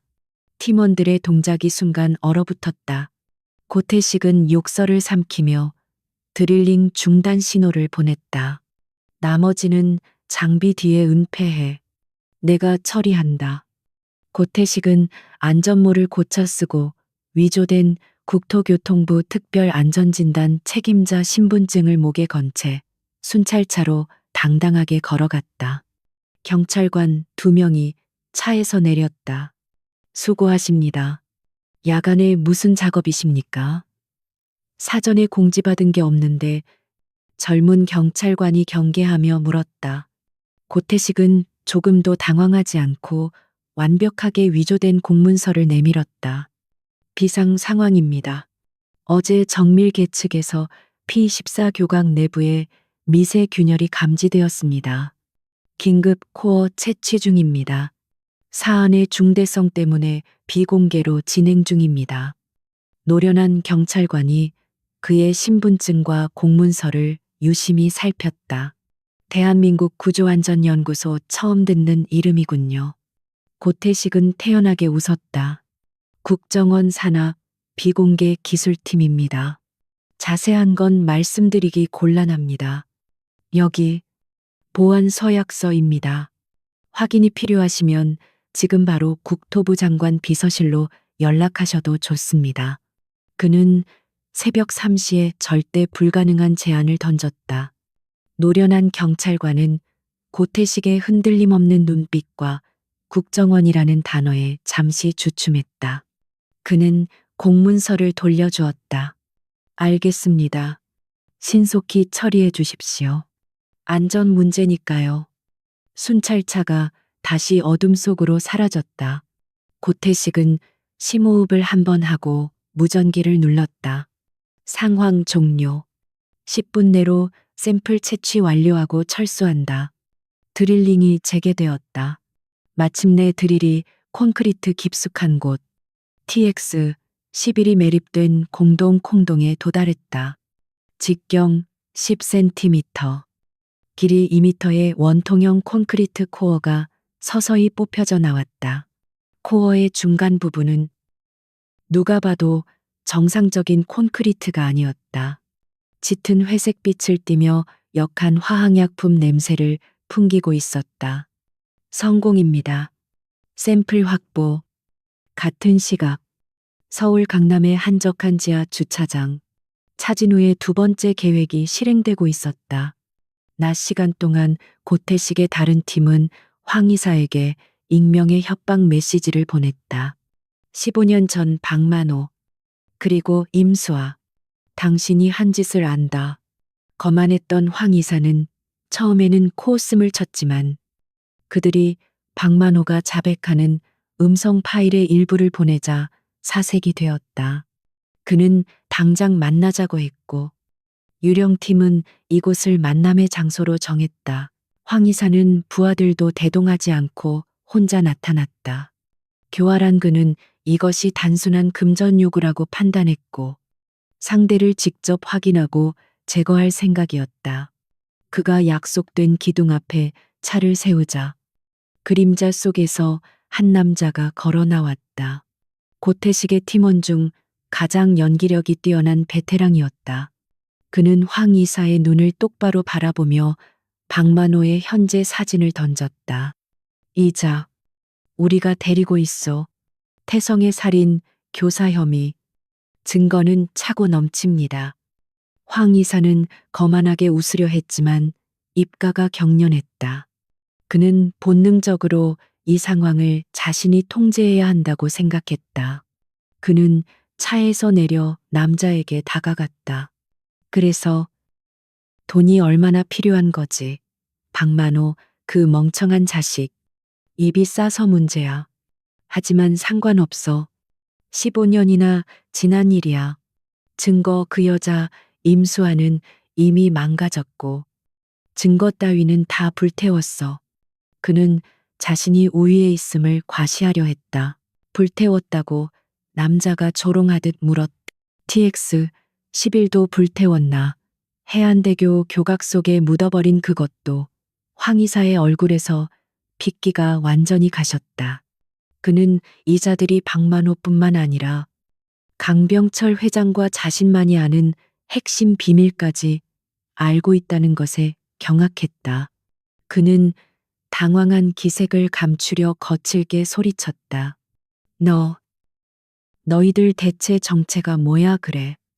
맞아, 그 고집불통 미친년 임수아이 우리 앞길을 막았어. 돈을 줘도 안 받겠다잖아. 그래서 치워버린 거야. 강병철 회장님의 명의다. 박만호를 시켜서 죽이려 했고 남자가 차갑게 덧붙였다. 실패하니까 외도 사진을 조작해서 차진우 회장이 직접 그녀를 버리게 만들었지. 아주 완벽한 시나리오였어. 안 그런가? 황 부사장. 황 이사는 이제 공포를 느꼈다. 그는 뒷걸음질 치며 중얼거렸다. 그래, 내가 했어. 그녀는 죽어 마땅했어. 아무도 태성을 막을 수 없어. 그가 차에 다시 타려는 순간 남자는 어둠 속으로 사라졌다. 황 이사는 혼란에 빠져 주차장을 급히 빠져나갔다. 그는 이 사실을 즉시 강병철에게 보고해야 했다. 지하 통제실. 차진우는 두 개의 화면을 동시에 보고 있었다. 하나는 해안대교에서 철수하는 고태식의 팀이었고 다른 하나는 지하 주차장에서 벌어진 황 이사의 완벽한 자백 영상이었다. 초소형 카메라와 고성능 마이크가 그의 모든 말, 모든 표정을 담아냈다. 회장님, 고태식의 목소리가 들려왔다. 코어 샘플 확보했습니다. 그리고 황 이사의 자백도 깨끗하게 따냈습니다. 진우는 대답하지 않았다. 그는 모니터 속에서 그녀는 죽어 마땅했다고 외치는 황 이사의 일그러진 얼굴을 노려보고 있었다. 그의 눈은 분노를 넘어선 차가운 얼음으로 변해 있었다. 15년간의 진실, 살인 교사범의 자백, 그리고 거대한 재앙의 물리적 증거, 모든 것이 그의 손안에 들어왔다. 이제 폭풍을 일으킬 시간이었다. 클리닉 지하의 지휘 통제실은 폭풍 전야의 고요함으로 가득 차 있었다. 해안대교에서 채취해온 콘크리트 코어 샘플은 즉시 차진우가 비밀리에 운영하는 제3의 독립연구소 세 곳으로 나뉘어 보내졌다. 교차 검증을 위해서였다. 24시간이 채 지나지 않아 결과가 돌아왔다. 세 곳의 보고서는 단 하나의 오차도 없이 일치했다. 그 결과는 차진우의 예상을 뛰어넘는 최악의 시나리오였다. 보고서의 수치들은 붉은색 경고로 도배되어 있었다. TX11의 검출량은 법정 기준치의 800배를 초과했다. 더 끔찍한 사실은 15년간 해풍과 염분에 노출된 TX11이 콘크리트 내부의 철근을 이미 심각하게 부식시키고 있다는 점이었다. 엔지니어의 분석은 간결하고도 치명적이었다. 붕괴는 시간이 문제가 아닙니다. 회장님, 당장 내일 무너져도 이상하지 않은 상태입니다. 이것은 시한폭탄입니다. 차진우는 차가운 모니터에 떠오른 붉은 수치들을 응시했다. 그는 강병철의 탐욕이 15년 묵은 살인 미수뿐만 아니라 현재 진행형인 대규모 재앙을 잉태하고 있었음에 치를 떨었다. 그는 더 이상 강병철 개인을 공격할 필요가 없었다. 강병철이 스스로 만든 이 괴물이 그를 집어삼키게 만들면 그만이었다. 진우는 자신의 법무팀이나 유진의 이름을 사용하지 않았다. 그는 가장 날카롭고 잔인한 칼을 선택했다. 그는 대한민국에서 가장 집요하고 영향력 있는 탐사보도 전문 채널 KCI의 편집국장에게 익명의 메일 한 통을 보냈다. 메일에는 세 곳의 독립연구소 보고서 전문가, 샘플을 채취한 피, 14교각의 정확한 좌표, 그리고 황 이사가 TX11을 언급하며 자백하는 음성 파일 얼굴은 가려진이 첨부되어 있었다. 그는 단 한 줄의 메시지만 남겼다. 대한민국이 무너지기 전에 진실을 밝히십시오. 이것은 광고가 아니라 재앙입니다. KCI는 피 냄새를 맡은 상어처럼 움직였다. 그들은 단 하루 만에 자체적으로 전문가를 동원해 진우가 알려준 좌표에서 추가 샘플을 확보했고, 진우가 보낸 보고서가 100% 사실임을 확인했다. 그날 밤 9시 대한민국의 모든 것이 멈췄다. KCI의 9시 뉴스는 정규 방송을 중단하고 긴급 특별 보도를 내보냈다. 앵커의 얼굴은 전례 없이 굳어 있었다. 긴급 해안대교 1급 발암물질 TX11 불법 매립 즉각적인 붕괴 위험. 헤드라인이 화면을 가득 채웠다.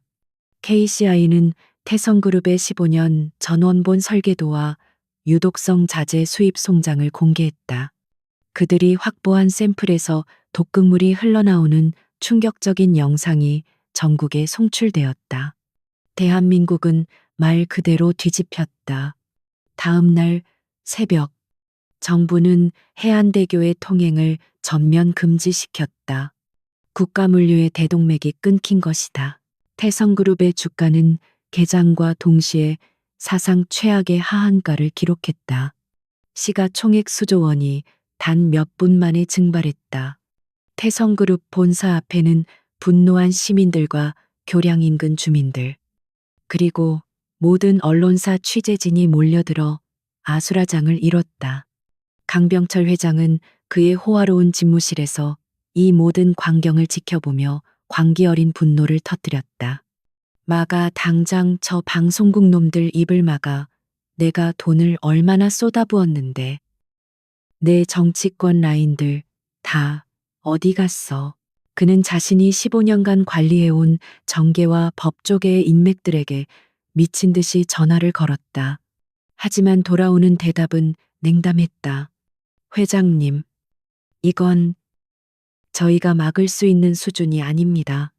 여론이 대통령까지 직접 나섰습니다. 국민의 생명이 달린 재앙 앞에서 그가 쌓아 올린 부패한 방패는 아무런 힘도 쓰지 못했다. 이것이 차진우가 노린 첫 번째 결과였다. 강병철을 그의 돈과 권력으로부터 완벽하게 고립시키는 것. 강병철은 마지막 발악처럼 황 이사를 호출했다. 황 이사 내 놈이 뭔가 흘린 거지. 그 TX 11. 그건 너와 나밖에 모르는 일이었잖아. 황 이사는 이미 공포에 질려 넋이 나간 상태였다. 그는 KCI 방송을 보고 자신의 목소리가 변조되어 나간 것을 알아챘다. 아닙니다. 회장님, 저는 덫에 걸렸습니다. 그들이 임수와 건까지 알고 있습니다. 바로 그 순간이었다. 강병철이 황 이사의 멱살을 잡으려던 찰나 집무실의 육중한 문이 거칠게 열렸다. 쏟아져 들어온 것은 비서가 아니라 서울중앙지검 특수부 검사들과 수사관들이었다. 강병철 씨 태성그룹 본사 및 회장 자택 압수수색 영장입니다. 해안대교 특별법 위반 및 업무상 과실치사상 혐의입니다. 검사들이 서류를 들이밀며 소리쳤다. 강병철의 거대한 제국이 무너지는 순간이었다. 하지만 차진우의 공격은 여기서 끝나지 않았다. 이것은 서막에 불과했다. 검찰이 태성그룹의 모든 서버와 서류를 압수하며 정신없이 돌아가고 있을 바로 그때 특수부 부장검사의 직통 라인으로 또 다른 익명의 팁이 도착했다. 태성그룹의 진짜 범죄는 15년 전에 시작되었습니다. 지금 확보한 황 이사의 컴퓨터를 보십시오. 임수아라는 이름을 검색하십시오. 제보와 함께 두 개의 파일이 전송되었다. 하나는 박만호가 15년 전 황 이사에게 살인교사를 받았다고 자백하는 원본 영상이었고, 다른 하나는 지하 주차장에서 황 이사 스스로 그녀는 죽어 마땅했다고 외치며 모든 범죄를 인정하는 고화질 영상이었다. 영상을 확인한 부장검사의 얼굴은 경악으로 물들었다. 이것은 단순한 건설비리 사건이 아니었다. 거대 기업이 벌인 15년 묵은 살인, 미수 및 증거인멸 사건이었다. 검찰은 즉시 황 이사를 긴급 체포했다. 그는 압수수색 현장에서 도주하려다 수사관들에게 붙들렸다. 그는 자신이 강병철의 명령을 따랐을 뿐이라고 울부짖었지만 그의 자백 영상이 그의 모든 변명을 무력화시켰다. 검찰은 지체하지 않았다. 압수수색 영장은 즉시 살인교사 혐의로 변경되어 재발부되었다. 언론은 다시 한번 발칵 뒤집혔다. 속보 태성그룹. 15년 전 여성 건축가 임수아 살해 시도. 유독성 자제 은폐 목적. 뉴스의 헤드라인이 실시간으로 바뀌었다. 15년 전 억울하게 외도 누명을 쓰고 사라졌던 한 천재 여성 건축가의 비극적인 사연이 해안대교 사태의 이유로 밝혀지면서 국민적 분노는 극에 달했다. 그녀가 지키려 했던 진실, 그리고 그 진실을 덮기 위해 한 인간을 파괴한 태성의 잔혹함이 만천하에 드러났다. 차진우는 클리닉 통제실에서 이 모든 과정을 무표정하게 지켜보고 있었다. 모니터 한쪽에는 수갑을 차고 끌려나가는 황 이사의 모습이, 다른 한쪽에는 넋이 나간 표정으로 검찰에 연행되는 강병철의 모습이 나오고 있었다.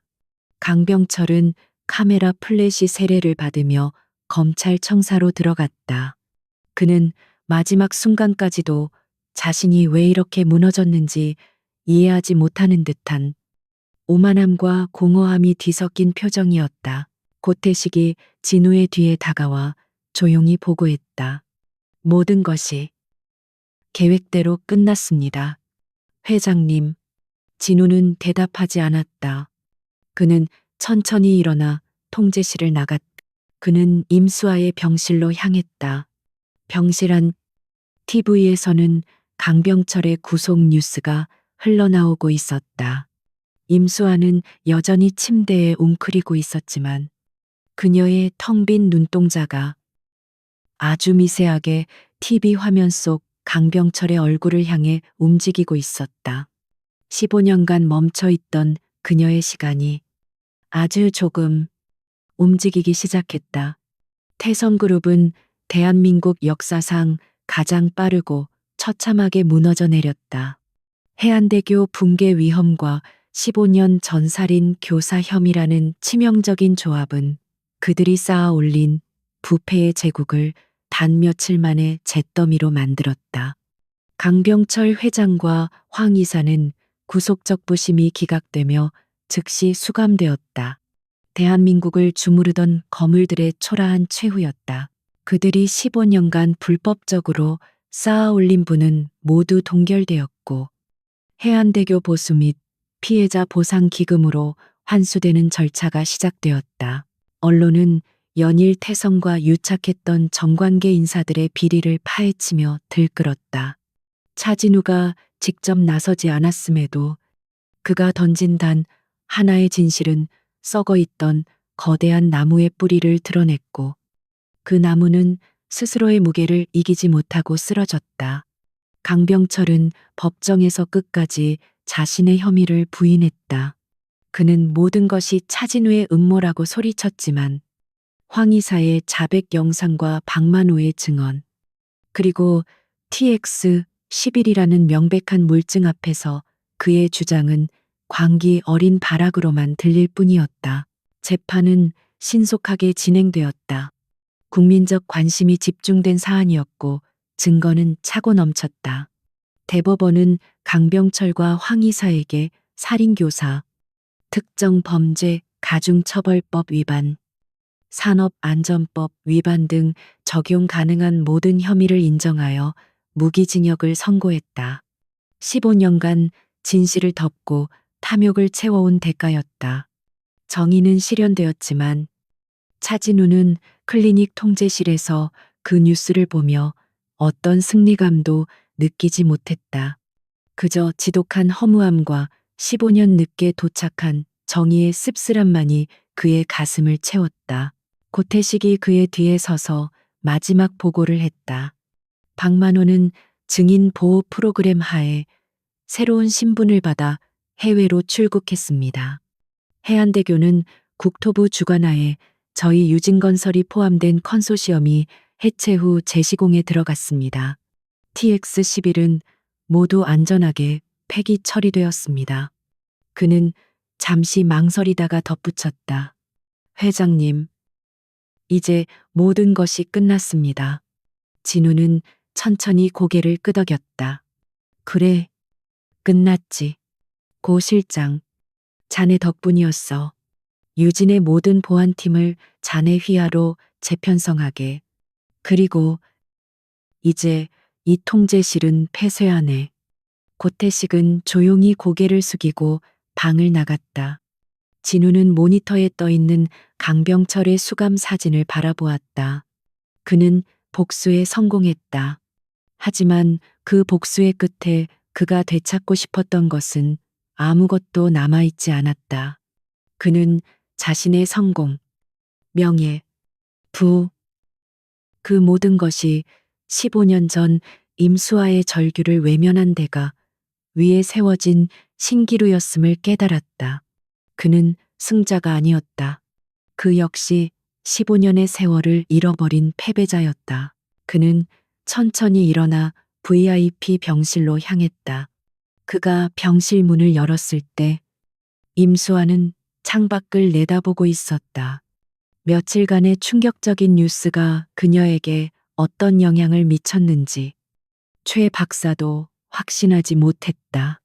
그녀는 여전히 말을 하지 않았지만 불이나 물을 외치는 끔찍한 발작은 눈에 띄게 줄어들어 있었다.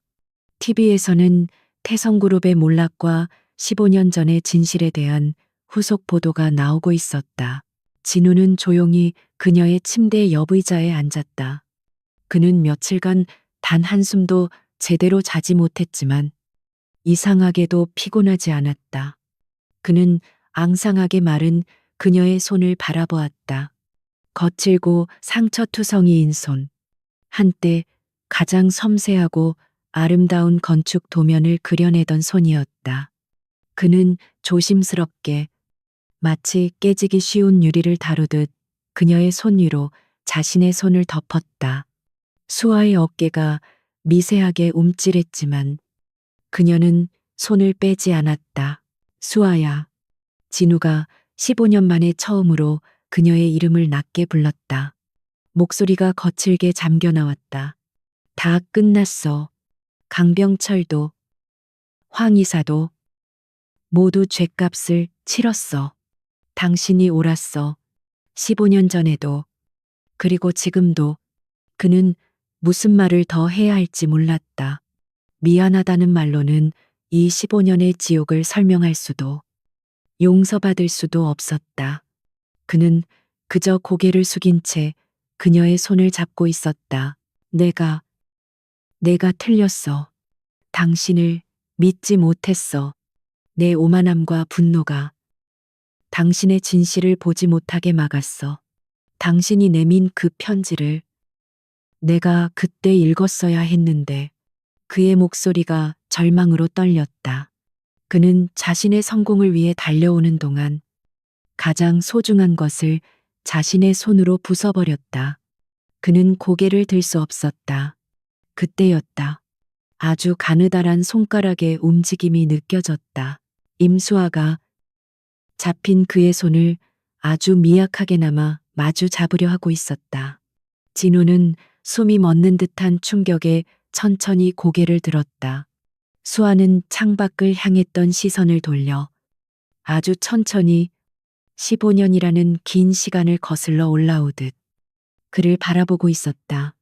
그녀의 눈은 더 이상 공허하지 않았다. 그 안에는 깊이를 알 수 없는 슬픔과 혼란, 그리고 아주 희미한 인식이 담겨 있었다. 그녀의 말은 입술이 미세하게 떨렸다. 그녀는 무언가 말을 하려는 듯 힘겹게 숨을 내쉬었다. 그리고 마침내 갈라진 목소리가 병실의 정적을 깨뜨렸다. 우씨. 그 한마디, 그것은 15년의 세월을 뛰어넘어 그의 심장에 밝혔다. 진우는 아무 말도 할 수 없었다. 그는 그저 고개를 끄덕였다.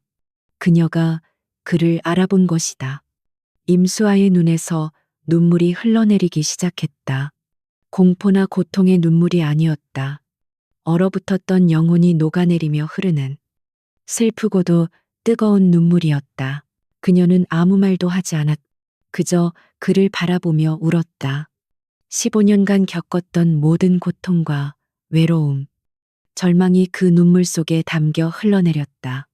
진우는 그녀의 손을 잡은 자신의 손등 위로 그녀의 눈물이 떨어지는 것을 느꼈다.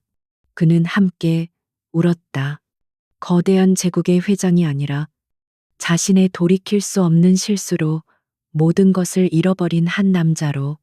그것은 용서가 아니었다. 그것은 15년 만에 다시 시작된 그들의 고통스러운 현실의 시작이었다. 2년 후 강원도의 한적한 바닷가, 파도 소리가 들리는 언덕 위에 수아재단이라는 현판이 걸린 작은 건물이 자리 잡고 있었다. 이곳은 트라우마를 겪은 범죄 피해자들을 위한 비영리 심리치유센터였다. 이 재단의 설립자는 유진건설의 전 회장 차진우였다. 그는 태성그룹 사태가 마무리된 직후 유진건설의 회장직을 전문 경영인에게 넘기고 모든 경영 일선에서 물러났다. 그는 자신의 막대한 재산 대부분을 출연해 이 재단을 세웠다. 15년 전 임수아가 지키려 했던 정의와 그녀가 겪어야 했던 고통을 속죄하는 방식이었다. 사람들은 그를 비운의 경영인 혹은 아내를 위해 모든 것을 버린 로맨티시스트라고 불렀지만 진우는 그 어떤 말에도 귀 기울이지 않았다. 그는 그저 자신의 시간을 살고 있었다. 센터의 햇살이 잘 드는 온실. 한 여자가 휠체어에 앉아 작은 화분에 흙을 담고 있었다. 임수아였다. 그녀는 2년간의 꾸준한 치료로 많이 회복되었다. 이제 그녀는 걷기 운동도 할 수 있었고 간단한 의사소통도 가능했다. 하지만 15년의 공백은 그녀의 기억 곳곳에 지워지지 않는 상처와 구멍을 남겼다. 그녀는 때때로 어린아이처럼 웃다가도 어둠을 극도로 무서워했다. 차진우가 따뜻한 담요를 들고 그녀에게 다가왔다. 그는 2년 전보다 훨씬 수척해졌지만 눈빛은 그 어느 때보다 평온했다. 수아야, 바람이 차가워지고 있어. 이만 들어갈까? 그가 담요를 그녀의 무릎에 덮어주며 부드럽게 말했다. 수아는 흙이 묻은 손으로 그가 내민 손을 잡았다. 그녀는 진우를 바라보며 희미하게 웃었다. 그녀의 기억은 온전하지 않았지만 그녀는 이 남자가 자신을 절대 떠나지 않을 존재라는 것을 본능적으로 알았다. 진우는 휠체어를 밀며 센터 내부로 들어갔다. 벽에는 수아가 최근에 그린 그림들이 걸려 있었다. 바다, 꽃, 그리고 빛. 그녀는 불과 물의 공포에서 벗어나 이제 따뜻한 것들을 그려내기 시작했다. 진우는 그녀의 곁에 앉아 책을 펼쳤다. 그녀가 가장 좋아했던 건축학 서적이었다. 그는 매일 저녁 그녀가 기억하지 못하는 그녀의 과거와 그녀가 사랑했던 일들에 대해 조곤조곤 읽어주었다. 이것이 그의 속죄였다. 이것이 그가 15년 전 그녀의 손을 놓아버린 대가로 치러야 할 남은 생이었다. 그것은 화려한 성공도 짜릿한 복수도 아니었다. 그저 한 사람의 부서진 시간을 묵묵히 함께 견디고 그녀가 다시 웃을 수 있도록 곁을 지키는 것. 그는 수아의 머리카락을 부드럽게 쓸어 넘겼다. 임수아는 그의 목소리에 기대어 스르르 눈을 감았다. 15년간의 지독한 겨울이 끝나고 그들의 상처뿐인 봄이 아주 천천히 다시 시작되고 있었다.